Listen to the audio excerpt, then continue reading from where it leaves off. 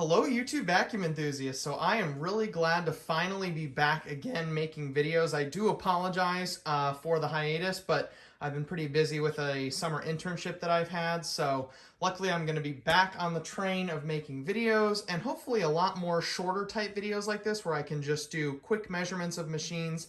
I'm also going to I finally got a Rainbow SRX, so those measurements are going to be coming up soon. Really excited to test that. I'm also going to be doing finally some carpet pickup tests, so you can look out for those.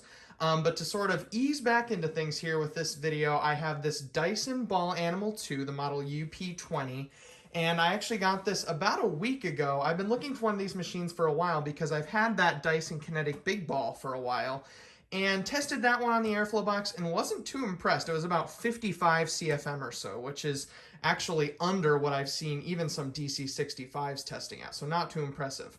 So I finally picked this machine up for $40. It was an absolute wreck. Couldn't even see the brush roll, it was so dirty. But I cleaned it up, gave it the Persil treatment, and as you can see, it looks pretty good. I even tried polishing the bin for the first time with some V36 and a polishing kit for my drill, and it looks okay, a lot better than it did. I think I could probably go over it again, but you can also see the nozzle looks really clear as well. So it's in great shape, but I'm really interested to see, since this is Dyson's top-of-the-line corded machine and their last corded machine, if you believe what Dyson says about they're only developing cordless machines now. I want to see how it compares against that Shark Vertex over there, because that got between 73 and 83 CFM. You can go watch that video, but depending on what mode, carpet was around 73 and then hard floor is around 83. So I'm interested to see where this Dyson falls in there. So with all that said, let's go ahead and jump right in, get this test started. You can see today I'm running at about 124.7 volts under no load, and that will obviously go down. With some pre-testing, it's been around 118 to 119 volts under load with this machine on, so keep that in mind when analyzing these figures. But here we go. Our first test will be all filters in, obviously, and brush roll on. So let's see what this Dyson Ball Animal 2 can do. So here we go.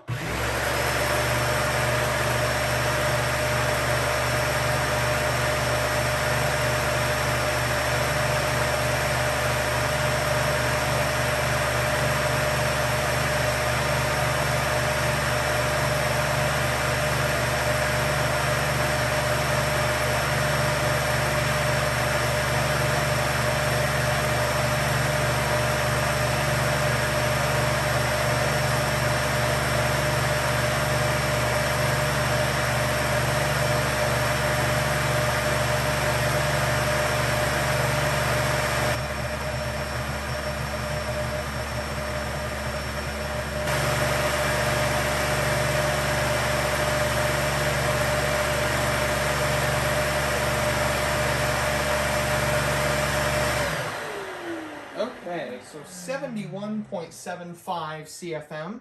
And as you can see, this machine is rated to use 11 amps. We were running at about 10.8 or so. Obviously, that's under no loads. Once you put it on a carpet, it will probably do just about 11 amps. But 71.75 CFM, that's just below the just over 73 CFM the Shark got on carpet mode. Or on low pile carpet mode, I should say. So pretty, just a few CFM low of where that Shark is, but obviously a huge improvement of where the Kinetic Big Ball was at around 55 CFM. So I really do think that that kinetic technology, as you can see, that huge number of cyclones there really draws down quite a bit of airflow. So this more older style cyclone, where it has fewer cyclones and obviously does have a premotor filter, unlike the Kinetic, I think is more efficient in terms of airflow, and we'll obviously see about suction. But 71.75 CFM. Now let's go ahead and see what it'll do with the brush roll off. Reset the anemometer here. Okay. And then with the brush roll off.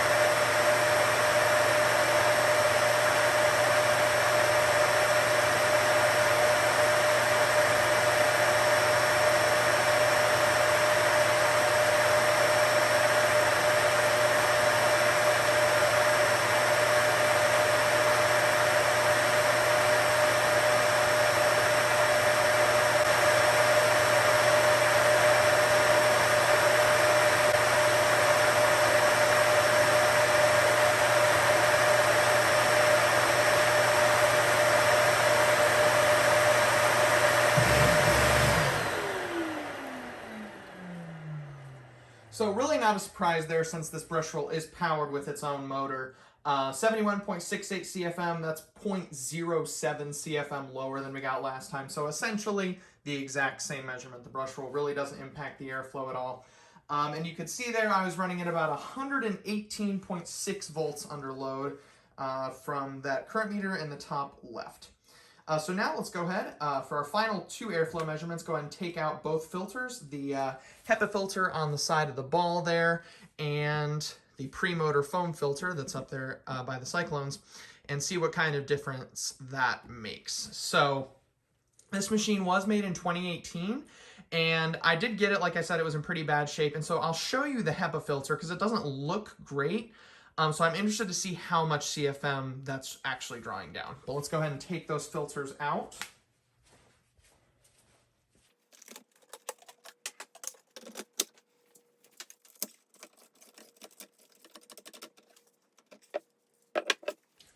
Okay, so both filters are out now, and you can see here's the pre-motor foam filter. This really looks fine. I washed this several times, let water run through it, and this looks completely fine. And the HEPA filter smelled bad, so I gave it the Persil treatment, as you've seen covered on VacLab's channel, where I soaked it in a really high density of Persil for a while, and then did a quick dry process, and it came out okay. You can see it's still a little darkened there just from carbon dust, but we'll obviously see how much CFM this is drawing down, but I assume this is the original HEPA filter that came in and out. That's what I'll assume, because the previous owner didn't take that good a care of it, if I'm being honest. So we'll see how this is doing. But let's go ahead and reset the anemometer. Obviously, both of our measurements with the filters in were right around 71.7 CFM or so. So let's see where we can start. This will be with the brush roll on to start. So here we go.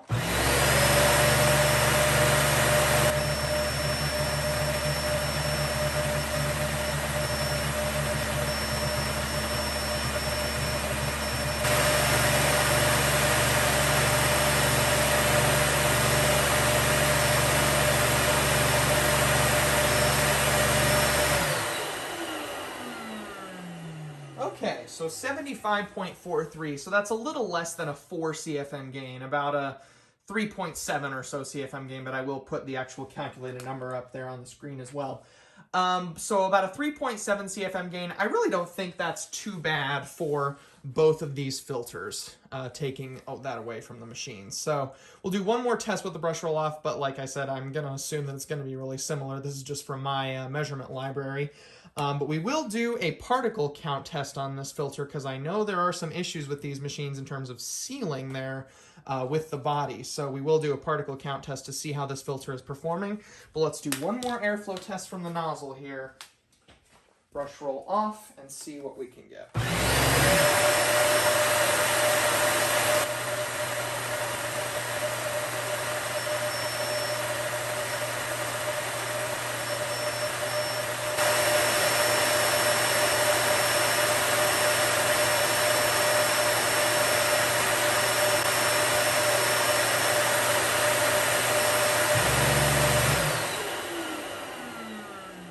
Okay, so a little bit more, 76.48. That's about a 1 CFM increase from where we were with the brush roll on. So again, right around in the neighborhood of a 4 to maybe 5 CFM loss coming from both the pre-motor foam filter and the post-motor HEPA filter.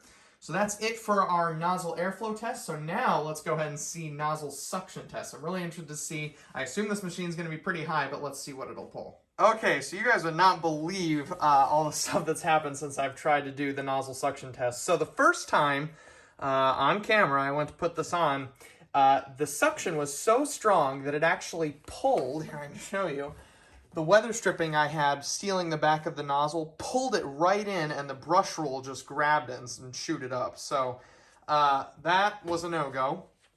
And so second time's the charm, I guess, hopefully. But I've really taped this down. So obviously this isn't going to be an entirely realistic measurement because I've put tape where no seals exist. So this might be a little bit high compared to what you would see in the real world, so to speak. But completely sealed down with tape and a new piece of weather stripping sealing up the back. And I am going to just sort of press down here just to keep that from pulling the weather stripping into the machine again.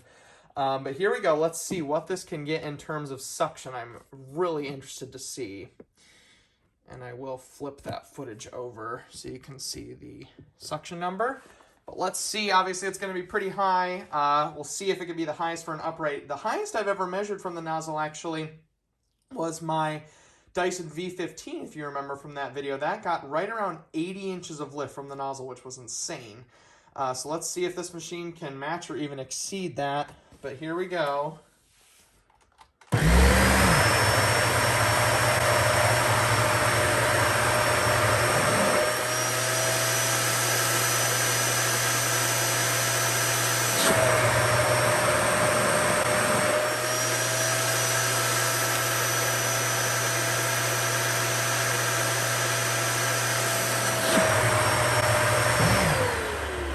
Well, there's your answer. I'm pretty sure maybe 79, but I'm pretty sure that I saw 80 inches of lift from this nozzle, which is just off the charts. Now, I will tell you, it looked like before I did this huge taped everything up sort of setup and just had what I had taped for the airflow box test with the weather stripping, it looked like it got about 60 before it completely pulled the weather stripping in. So obviously, this measurement may be a little bit unrealistic, but it's showing in the perfectly ideal case what this motor can do from the nozzle. So about 80 inches of lift, which is insane, and is the highest that I measured for any machine. It ties my V15, but it's the highest for any corded machine that I've ever measured. So really, really impressive.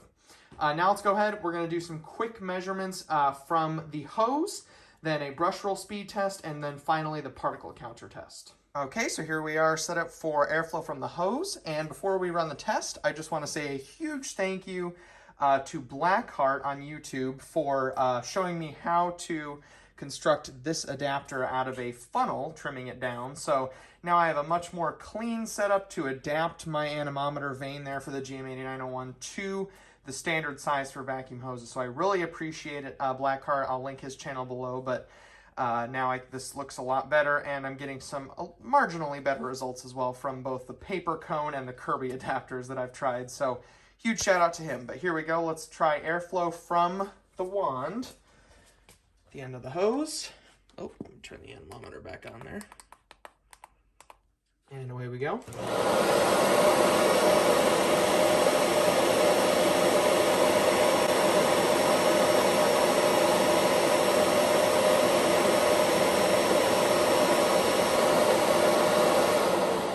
Pretty consistent at 3169 feet per minute, and that is 82.71 CFM. Sorry, my iPhone 12 is recording this, so I'm going to use an old phone to calculate it, but 82.71 CFM is what we're looking at as far as airflow at the end of the hose. And then let's try suction. Okay, so here we go with suction. Normally this would look a lot neater, except the end of the Dyson hose is not perfectly circular and flat. So I had to do a little bit of taping to kind of adapt my suction gauge, but should be a pretty good seal. So here we go. Let's see what this can pull. Obviously, it was pretty impressive from the nozzle at about 80. So let's see what we can get at the end of the hose.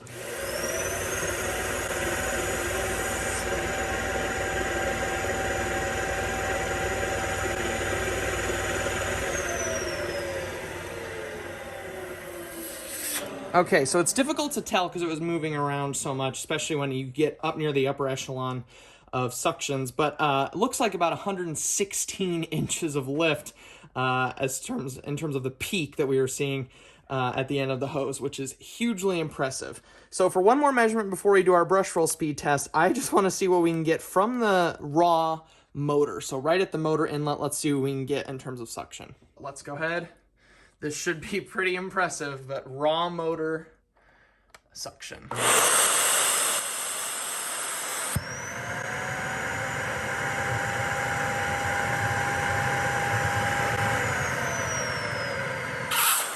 Okay, so there you go. That's the big one. I saw 121 inches of lift from this raw motor. So pretty impressive, actually, that it's able to keep that much suction down to the nozzle at about 80. I mean, it still loses 40 inches of lift, but 121 or so from the motor inlet. So now let's go ahead and move on to our Brushroll Speed test.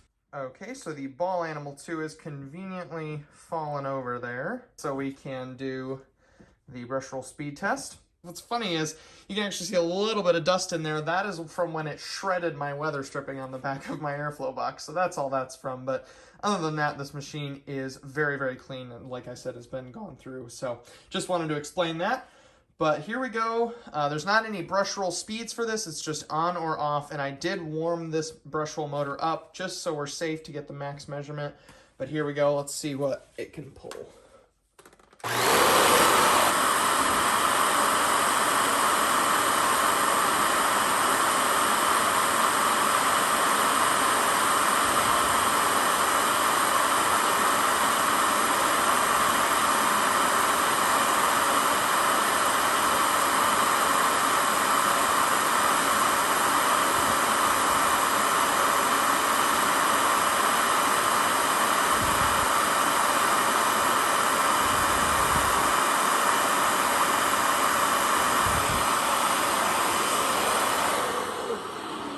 So it looks like we'll call it about 4270 or so in terms of what it's rotating at, 4270 RPM, which is pretty average. Funnily enough, I did notice on screen the refresh rate of the camera was kind of syncing with the Brushroll. So this looks like it's spinning really slow, like, you know, unusually slow, but it is spinning at a normal speed. So 4270, that's pretty average.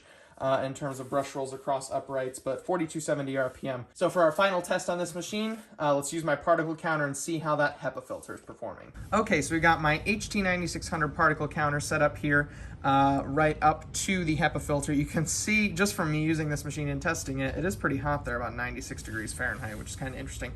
But let's go ahead and see what we can get.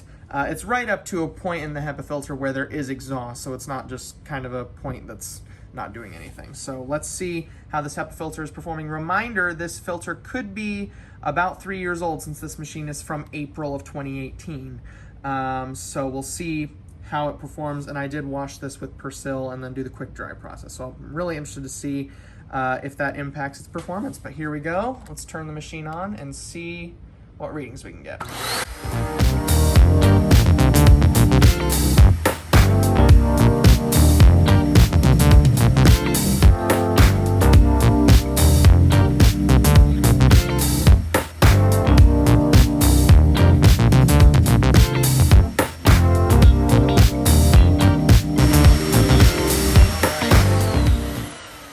So that is pretty good performance there. As you can see, it was all zeros for the 0.3 micron, 2.5, and 10 micron particles for all of the tests there. So all zeros. So this filter is still performing perfectly, at least H11 standards there.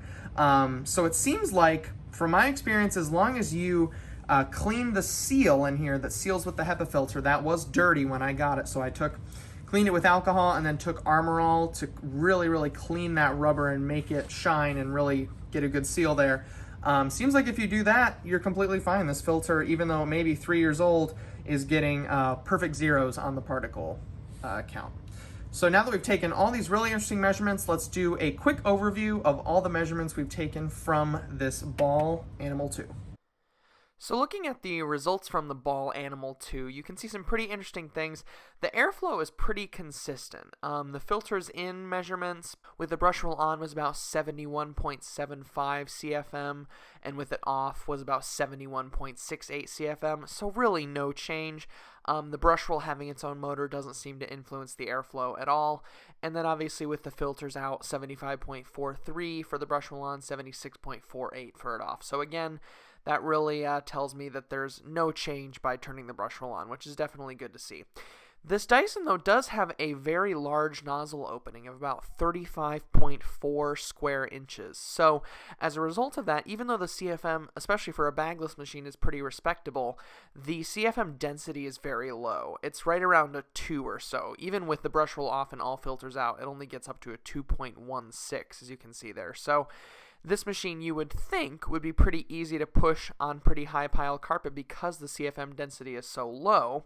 But unfortunately, because that nozzle suction is 80 inches, which again is the highest I've ever measured, other than my Dyson V15 Detect, which tied that measurement. This can get very hard to push on any sort of thick carpet, and unfortunately, unlike the Shark Vertex, it doesn't have a way to relieve that suction. So in some cases, you're just stuck pushing what feels like an incredibly heavy vacuum around that's basically sealed to the carpet. You can see the watts per CFM efficiency ranges from about 15.3 on the low end to about 17 on the high end. Obviously, compared to other machines that I've tested that are direct air machines, this is nowhere near efficient. But for a bagless machine, these numbers are about average. Using about 1225 watts with the Brushroll on and about 1170 with it off.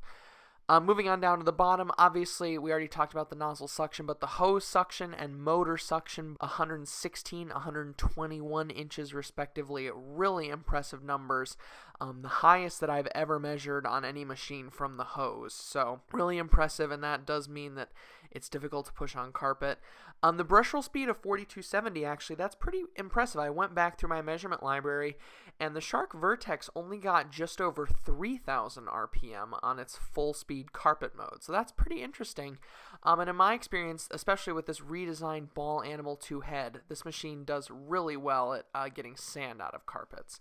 The hose airflow of 82.71 CFM is more than enough for good attachment cleaning, and obviously, as you saw in the filtration test, a 0 for all particle sizes, so that means this machine is filtering to at least H11 specifications, I would say. And after cleaning the seal on the ball that seals to the filter, this machine seems to be fine. There's not any leaks from around this filter. So that is pretty much it for this video. Be sure to like and subscribe, and also click the bell so you'll be notified when I post a new test video. And also be sure to leave any comments or critiques or suggestions below. I love reading them. And so I will see you all in the next video, and thank you very much for watching.